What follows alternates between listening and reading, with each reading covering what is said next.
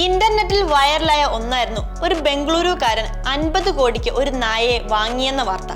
ഇയാൾ തന്നെ ഒരു പൊതുവേദിയിൽ ആ നായയുമായി പ്രത്യക്ഷപ്പെടുകയും ചെയ്തിരുന്നു.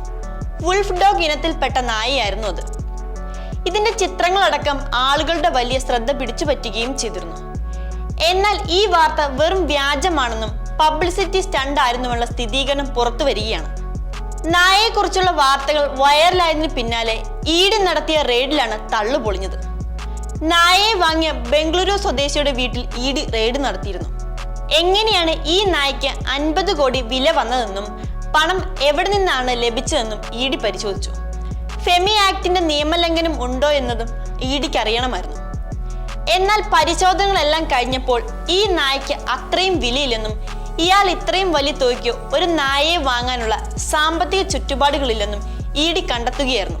ഇതോടെ സോഷ്യൽ മീഡിയ അടക്കി ഭരിച്ചിരുന്ന വലിയൊരു കള്ളമാണ് പൊളിഞ്ഞു വീണത്.